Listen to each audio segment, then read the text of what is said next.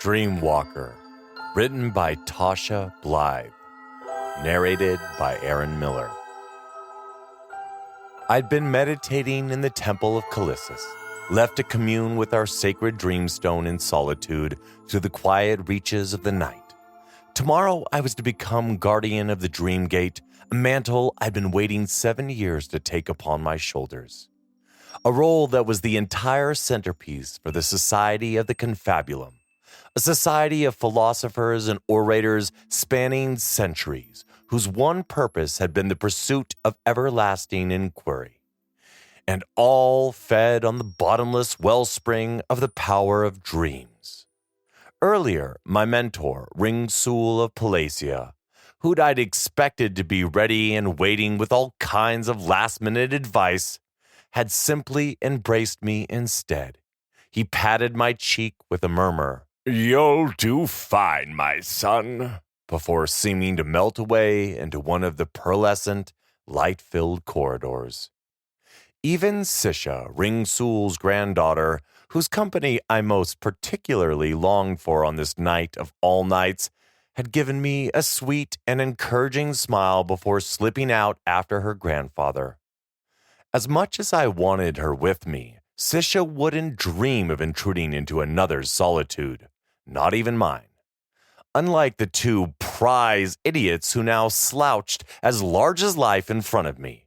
Moments earlier, I'd been jerked out of my meditative state, lifting my head and pulling back my hood to confront Humbert Montalban and Fossil Cram. "Check out this place," Humbert nudged Fossil, his mouth ajar and his gaze sweeping the glittering crystal walls of the natural high-vaulted cavern. "We haven't been here since the last Silver Moon ceremony, and even then it wasn't this far inside. After all, the inner sanctum's reserved for important people." He tipped his head in my direction. "Like Atticus here." I raised my brows, but kept my tone mild as I slid my hands into my sleeves. "Speaking of sanctum being reserved, what brings you fellows here tonight?" Fossil shuffled his feet. "Oh, I don't know. Thought we might see what our old friend was up to the night before his big day. Last chance for him to speak to us or recognize us. You know." Humbert dropped his voice, a wicked glint in his roguish eyes. "We thought you might let us touch the dreamstone, like in secret. We won't tell anyone, promise." He clapped a none-too-clean palm over the breast of his stained brown doublet. I sniffed the air.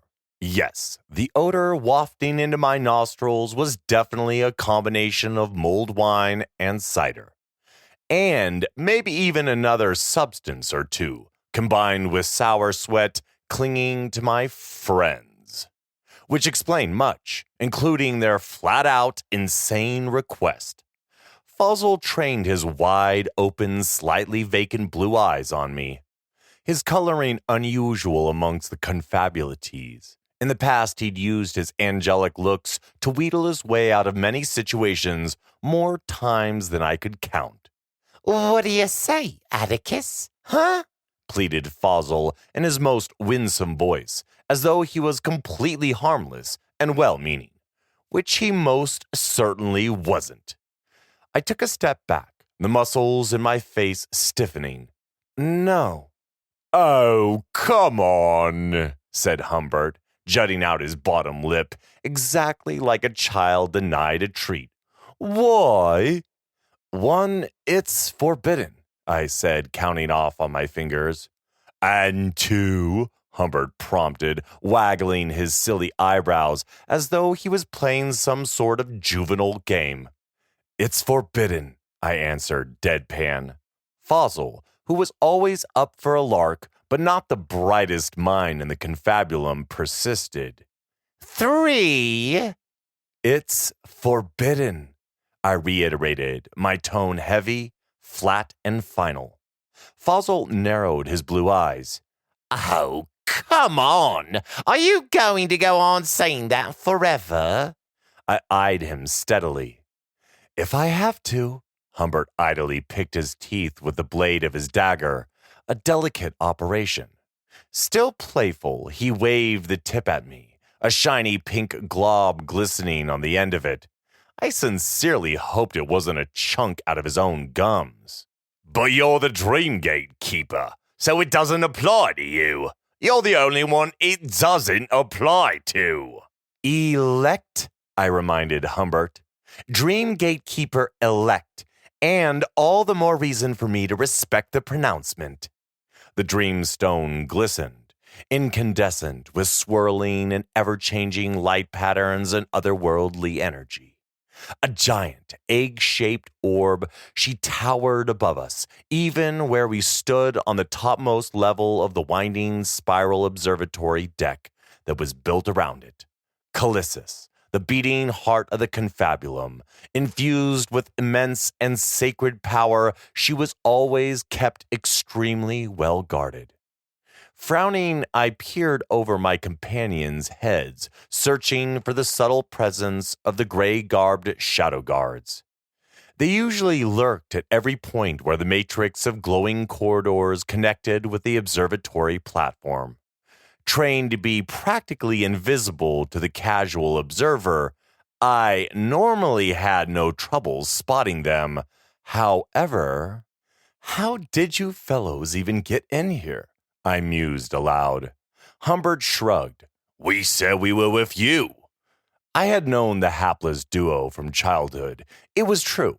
And their bumbling selves weighed against my abilities and training hardly constituted a real threat to the stone. Yet still, for them to be so easily admitted into the inner sanctum was a little out of the ordinary, to say the least. Fossil leaned forward, his voice a conspiratorial murmur out of the side of his mouth. We may have suggested we were here to keep watch with you the night before your induction. You know, kind of a surprise party, but not really a party. I blinked, and the guards believed them? Okay. I leaned against the railing, my arms folded in disbelief. What the hell? That was, kind of you, I continued. But I wasn't really looking for a party, and the highlight of this so-called party will not be touching the Dreamstone. Not even after some of this.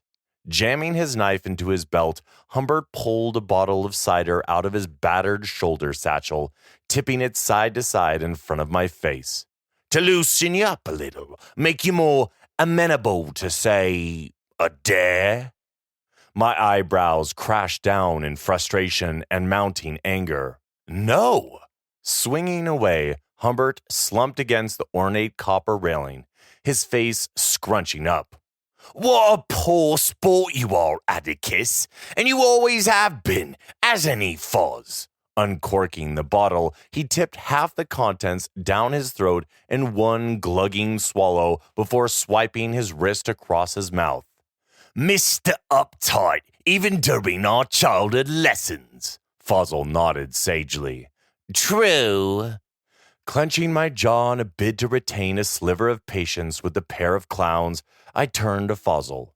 How much of that have you had already? Fossil blinked at me and shrugged in an exaggerated motion. Who knows? A thought occurred to me, one that helped steady my temper. Perhaps this was a final test of my suitability as the guardian of the Dreamgate. If so, it would be best to keep a level head. Someone with such a position of authority would do well to remain calm and assured in a situation such as this. Guardian Ring Sul had taken great pains over the years to impress upon me the fact that becoming guardian was not simply a matter of being the chosen one. Nor was it enough that my name and image had risen from the depths of the mirror pool of Apollonia, or even the slow evolution of heightened abilities, but about wisdom and strength of character. All right, I said, raising my hands, the embroidered sleeves of my silvery gray robes slipping down to expose decorative inked arms. I appreciate the thought, my friends, I really do. Most of our fellow students have abandoned me since I was chosen during the previous silver moon, and I can hardly tell if they fear or resent me. Fossil waved a hand. Both, most probably. You've risen so high. Yeah, muttered Humbert, his chin sunk to his chest and sliding into a drunkard, snarky belligerence. Hardly recognize you anymore, he waved the bottle. White hair, freaky silver eyes, those kooky robes, and all inked up like some kind of human painting. My heart jerked in my chest. It was true, I suppose. I had undergone somewhat of a physical transformation, as I had a mental one. I'd become accustomed to the gradual changes over the last 7 years, but I guess everyone else hadn't. I'm still the same Atticus. I've just evolved a bit, that's all. Which wasn't a bad thing, I reassured myself. Only that I was different, set apart, marked as a clear servant of Calissus. Humbert rolled his eyes. You don't say. Still, as I said, I appreciate both of you coming, and your gesture of friendship for old times' sake, but really should be leaving now, especially considering you're not meant to be here. Oh, that's right, Humbert replied. Only you're meant to be here, your high and mightiness, communing with the Dreamstone, becoming even more of an elevated freak. He spat out the last word with something approaching venom. Drawing closer to him, I put my hand out, hoping to placate. Humbert, he shrugged me off, an irritated and exaggerated motion. I thought the power of the Dreamstone was meant for all of us. At least, that's what they teach. Why shouldn't the rest of us be in its presence, be able to access it like you do? It is for all of us, I said, infusing my voice with a soothing tranquility. I'm the custodian. I facilitate that.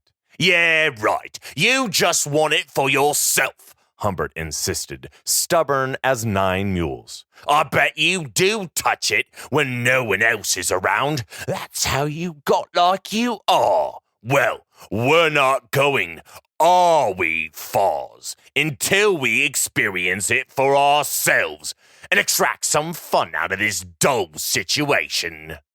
No, listen, I commanded, fixing my piercing stare on each of them in turn.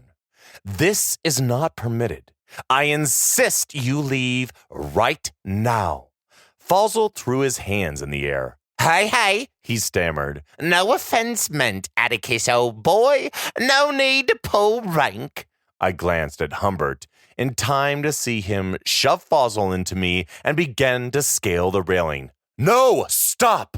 Humbert froze, my awakened guardian's powers paralyzing him for a split second, yet quickly shook it off like a demented terrier. Scrambling further up the mostly decorative barrier, he gained the top and teetered on the edge. A maniacal cry on his lips, he launched himself into the open void directly at the stone.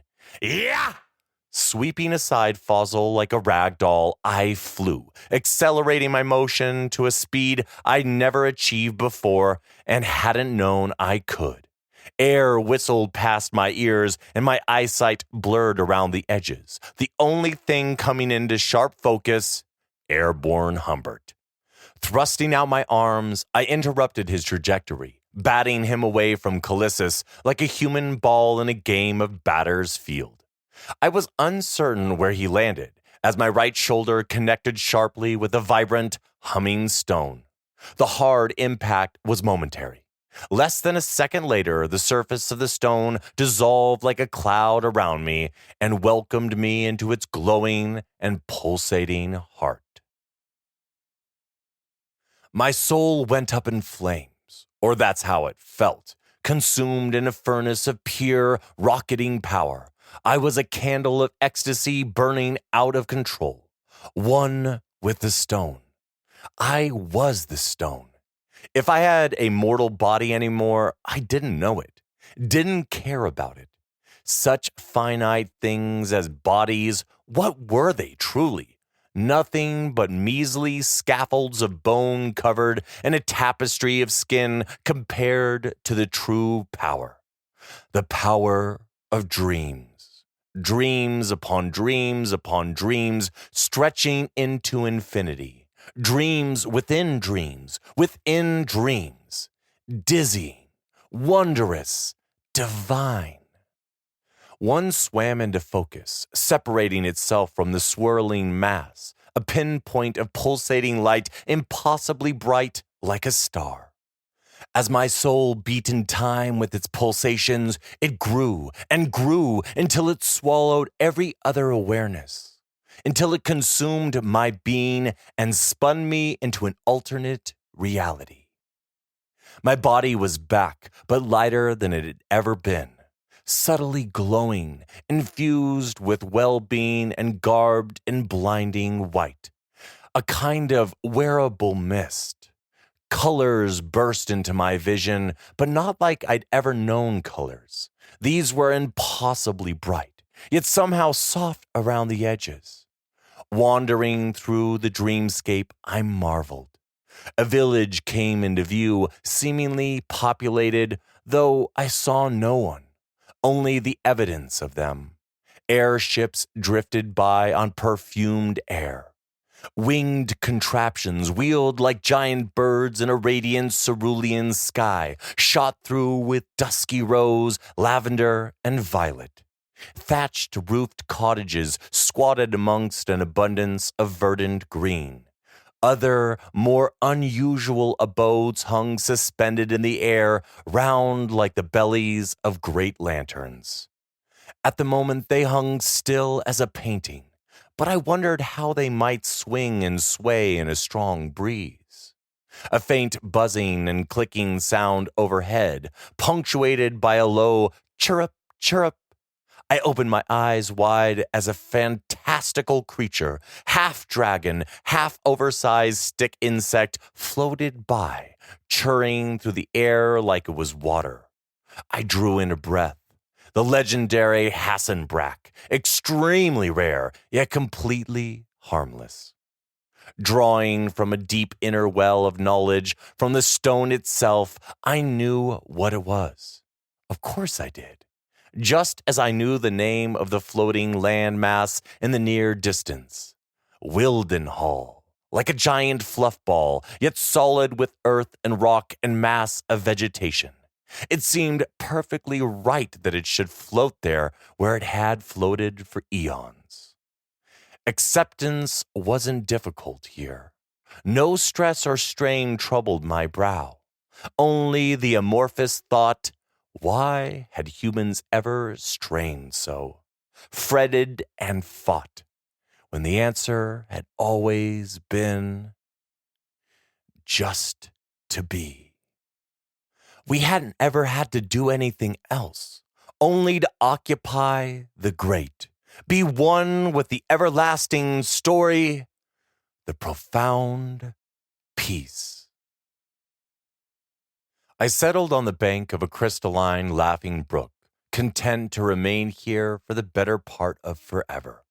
Dragonflies opened iridescent wings, swallows dipped and dived, leaping fish flashed silver in the sun. As I sunk into the musing reverie, the brook went from laughing to singing through the rainbow spray. Sighing, I leaned back on my hands where they plunged deep into the emerald grass, and rested my chin on my chest. The singing became my name. Chanted in a sweet sing-song voice, a strangely familiar voice that filled my soul with a sudden, intense longing. Atticus, Atticus, Atticus. Frowning, I tipped my head to the side. Was the brook calling my name? Or someone else from far away? Another dimension, even? Atticus, come out, the voice insisted. Me? Come out? Surely they must come out. Come out of the brook? The voice turned to scolding. What have you fools done to Atticus? And the night before his induction, he wouldn't touch the dreamstone or go inside it, not of his own volition. I know he wouldn't. I wrinkled my brow at the half-pleading, half-defensive reply. The next voice was wheedling. We were only curious. That's all, Sisha. Curious? The attractive sing-song cadence traveled up an octave. About what would happen if one of us touched it. Plus, we knew if anyone could access the stone, he could. Of course he can, the distinctly feminine voice scoffed. But will he be able to stop, or will he go on dream-walking for the rest of his days? That's the question. No, the dreams have got to run out sooner or later. Are you kidding? Of course they won't, numbskull. Countless people are dreaming every second. Then there are the dreams within dreams, the lucid dreams, not to mention the dreams people have when they're awake. Scooping one hand in the clear water, I let it trickle through my fingers, soft as silk. Talking brooks. What a place. The feminine voice continued as I focused owlishly on the miracle of one single crystalline drop. That's it! I'm getting my grandfather. No, wait, Sisha, not while we're still here. He'll kill us. Sisha, I mused. Sisha. My heart knew the name, even as my mind turned it over like a mysterious yet wondrous treasure. I put my hands on my head, massaging my temples in slow circles, straining to focus on the hint of a reality beyond the present, all-encompassing dream state. Time spun out like a spool of cotton as the clouds drifted. I slipped into a dream within a dream. Of Sisha. A dear elfin face, nut-brown eyes, and shining coils of mahogany hair. She raced through a field, laughing, skimming hands over masses of vibrant wildflowers waist-high, and all the while beckoning me to follow. But my feet wouldn't move. I looked down to find my legs were tree trunks, their twining roots buried deep into the soil. Into the very bedrock of the world. I'd not free myself for eons. By which time Sisha would have been long gone, mere ash on the wind, her memory no more than the faintest echo. A deep inner cry burst forth. No! I woke on the bank. Tears on my cheeks and my hands clutching fistfuls of emerald grass. I knew her now, my own true love. Why had I waited to speak when I could have told her how I felt years ago? Something about the importance of position, as if that truly mattered. I crawled over to the brook, peering in. Sisha. Her dear voice echoed back, but faint, like a wisp of remembrance. Atticus. The voice persisted, the one I truly hoped was Sisha. Look, grandfather, can I not go to him? Reach my hand through at least? To touch his? Lead him back out? No, my dear, I'm afraid not. Ring Sool's calm and kindly tones sounded in reply. Calissus would overwhelm your mind to breaking point, because you've not been chosen or trained to wield her power. The stone hasn't destroyed Atticus because she knows him. You, though you're my blood, she would not recognize you. Then what can I do? Or what can you do? Surely you can do something, grandfather. You're the dream gatekeeper. Yet it is you he responds to, as we've seen. Keep talking to him, Sisha. Be brave enough to let him see your heart, for clearly that's the only thing strong enough to draw him forth. I sank back on my heels, still in a powerful thrall to the dream state, the lulling peace and sense of well-being saturating my soul with light.